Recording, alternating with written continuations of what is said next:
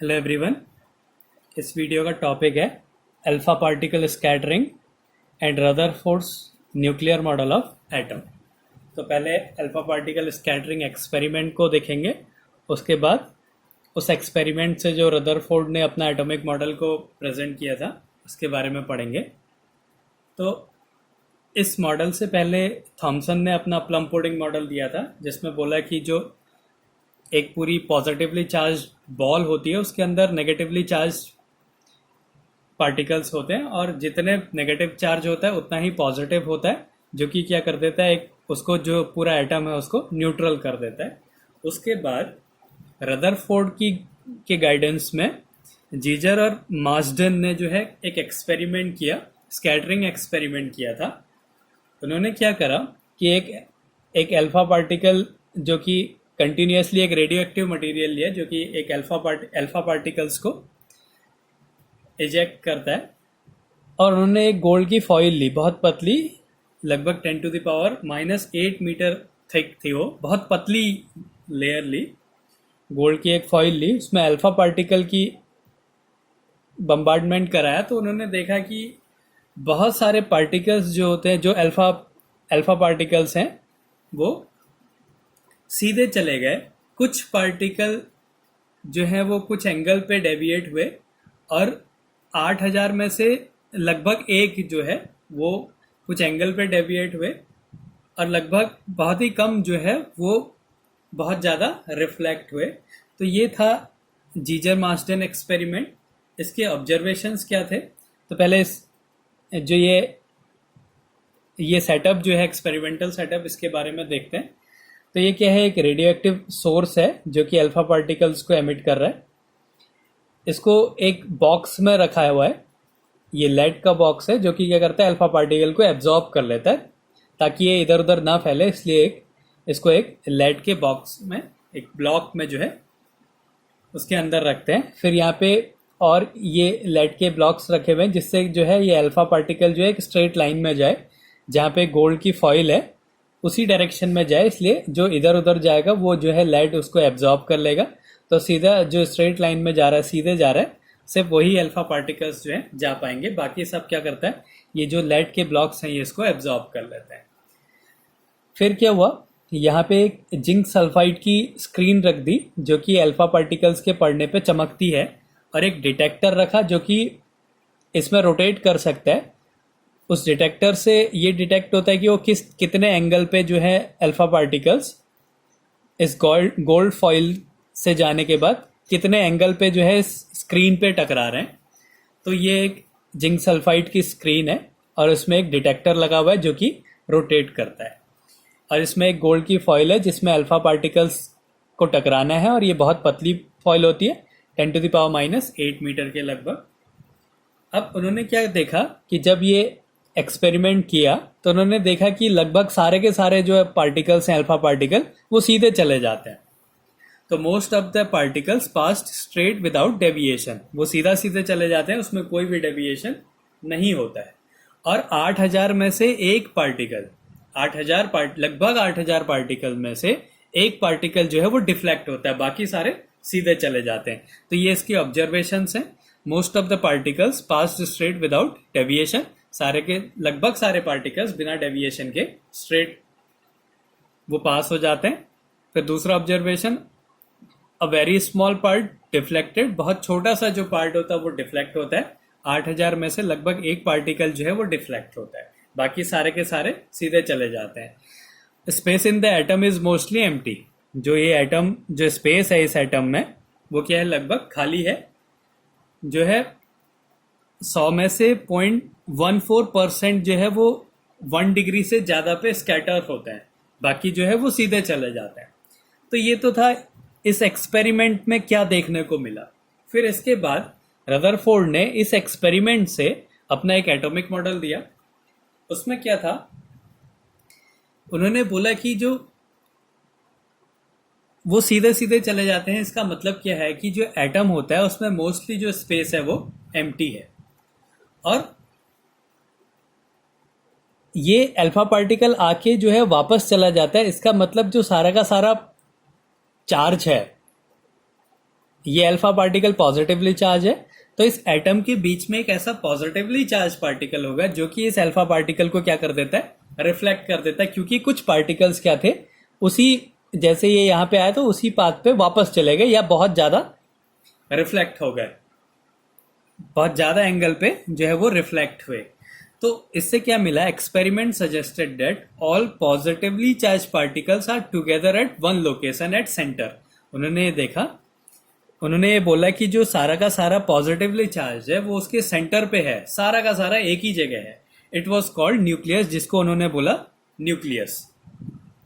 So nucleus has all the positively charge and mass. Therefore, it has capability to reflect positively alpha particles. सारा का सारा जो मास है और जो सारा पॉजिटिव चार्ज है वो न्यूक्लियस पे है, जिसके कारण क्या करता है, वो अल्फा पार्टिकल्स को रिफ्लेक्ट करता है। इस अल्फा पार्टिकल को रिफ्लेक्ट सिर्फ पॉजिटिवली चार्ज पार्टिकल ही कर सकता है, और वो पॉजिटिवली चार्ज पार्टिकल कहाँ पे बोला, न्यूक्लियस पे, जो कि कहाँ है, उसके सेंटर पे है।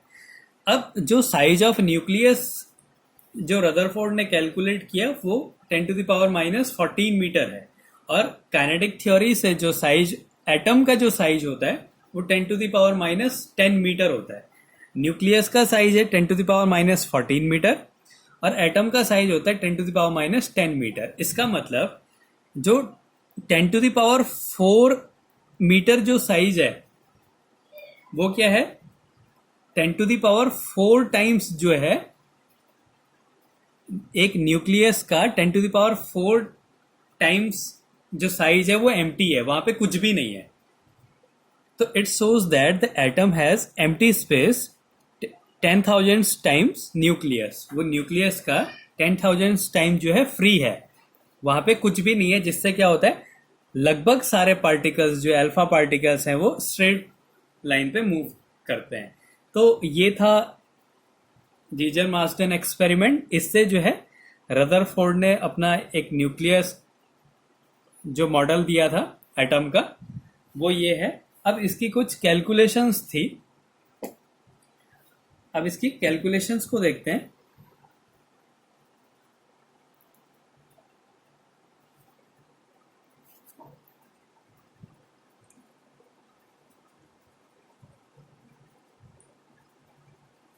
ये कैलकुलेशन ले रहे हैं इलेक्ट्रॉन ऑर्बिट और हाइड्रोजन एटम के लिए। न्यूक्लियस पे हाइड्रोजन एटम है और एक पॉजिटिव चार्ज है और इलेक्ट्रॉन्स जो है उसका मूव कर रहा है। तो एक पॉजिटिव चार्ज उसके न्यूक्लियस पे और इलेक्ट्रॉन मूव कर रहा है, तो मतलब हाइड्रोजन एटम के लिए ये ले रहे हैं। तो electron orbit for hydrogen atom.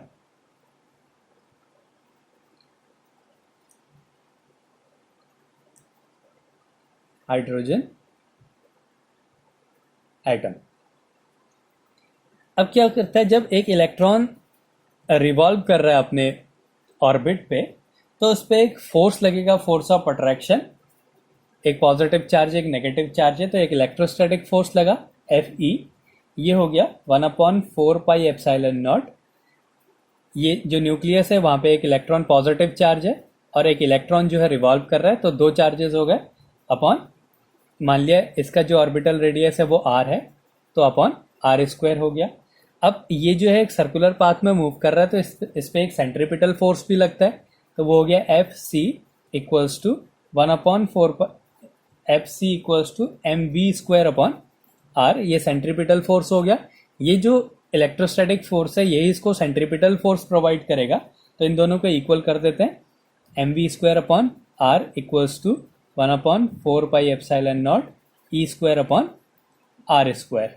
तो इधर से ये कैंसिल हो गया, तो इधर से हम इसका ऑर्बिटल रेडियस भी निकाल सकते हैं कि ऑर्बिटल रेडियस क्या है, और इसकी काइनेटिक एनर्जी भी निकाल सकते हैं। तो पहले इसकी काइनेटिक एनर्जी निकाल देते हैं। इसको एक इक्वेशन मान लिया, इसमें क्या करा, दोनों साइड हाफ से मल्टीप्लाई कर दी, तो ये हो गया half mv² equals to 1/4πε0 e² upon 2 r1/2 से दोनों साइड मल्टीप्लाई कर दी, तो ये इसकी काइनेटिक एनर्जी आ गई। Kinetic energy equals to 1/4πε0 e² upon 2r। ये इसकी काइनेटिक एनर्जी आ गई। इसी से अगर हमने ऑर्बिटल रेडियस निकालनी है तो यहाँ से r की वैल्यू हम निकाल सकते हैं। r equals to e² upon 4 pi epsilon naught mv²। ये इसकी ऑर्बिटल रेडियस हो गई। इसके बाद इसकी पोटेंशियल एनर्जी हम फाइंड कर सकते हैं।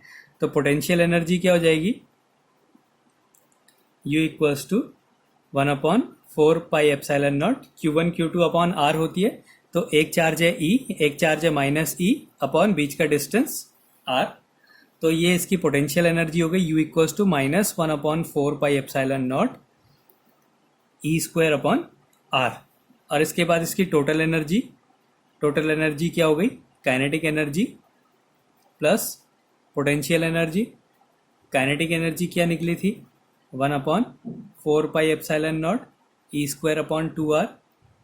और पोटेंशियल एनर्जी क्या है, 1/4 pi epsilon naught E² upon R। तो इसको सॉल्व कर देंगे तो आ जाएगा -1/4 pi epsilon naught E² upon 2R। ये इसकी टोटल एनर्जी आ गई। तो जो टोटल एनर्जी होती है वो काइनेटिक एनर्जी के इक्वल होती है और नेगेटिव होती है। अब ये नेगेटिव साइन ये बताता है कि जो इलेक्ट्रॉन्स हैं वो बाउंड है न्यूक्लियस के लिए। तो नेगेटिव साइन इंडिकेट्स दैट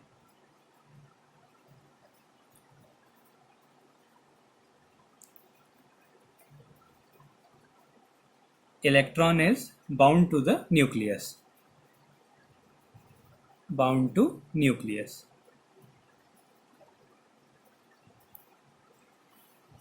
ये हो गया इसकी कैलकुलेशन। इससे हम काइनेटिक एनर्जी भी निकाल सकते हैं, 1/4 pi epsilon naught E² upon 2R। और यहाँ से हम इसकी ऑर्बिटल रेडियस भी निकाल सकते हैं। तो ऑर्बिटल रेडियस, इस R को यहाँ पहुँचा दिया, mv² को नीचे पहुँचा दिया, तो E² upon 4 pi epsilon naught mv², ये इसकी ऑर्बिटल रेडियस आ गई। और टोटल एनर्जी आ गई, काइनेटिक एनर्जी का नेगेटिव हो गया। अब इसकी कुछ लिमिटेशंस थी। लिमिटेशन, रदरफोर्ड ने ये बोला है कि जो रिवॉल्विंग इलेक्ट्रॉन जो है वो कंटिन्यूसली अपनी एनर्जी को लूज करते रहते हैं, उसमें एनर्जी लॉस होते रहती है। इसके कारण क्या है, उसका एक स्पाइरल शेप होना चाहिए और वो लास्ट में जो है न्यूक्लियस में गिर जाएगा। ये जो है रदरफोर्ड ने बोला, लेकिन हमने कभी भी किसी एटम को ऐसे खत्म होते हुए नहीं देखा।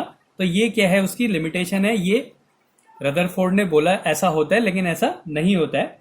तो जो मैटर होता है वो स्टेबल होता है, वो कभी भी खत्म नहीं होता है अपने आप। और रदरफोर्ड ने ये बोला कि जो एटम है वो कंटिन्यूअस स्पेक्ट्रम को एमिट करता है, लेकिन वो लाइन स्पेक्ट्रम को एमिट करता है। ये बाद में पता चला। तो इसकी लिमिटेशंस क्या हैं? एज द रिवॉल्विंग इलेक्ट्रॉन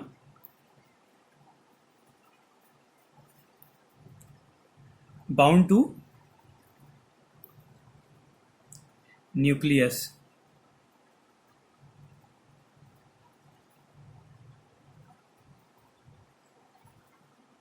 ये जो होता है, जो रिवॉल्विंग इलेक्ट्रॉन होता है, ये जो है अपनी एनर्जी को कंटिन्यूअसली जो है लूज करते रहता है। Revolving electron loses energy continuously.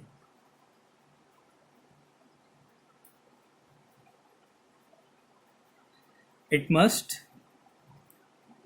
spiral and eventually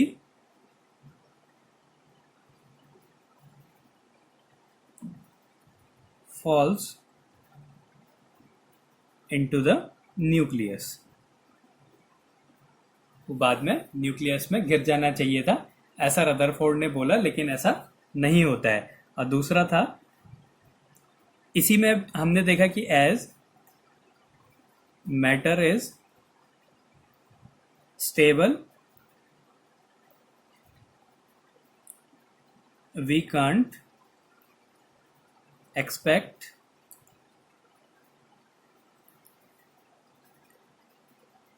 atoms to collapse. जो एटम होता है वो स्टेबल होता है, हम ये एक्सपेक्ट नहीं करते हैं कि एटम जो है वो कोलैप्स कर जाए। अब दूसरी लिमिटेशन है इसकी, atoms should emit continuous spectrum.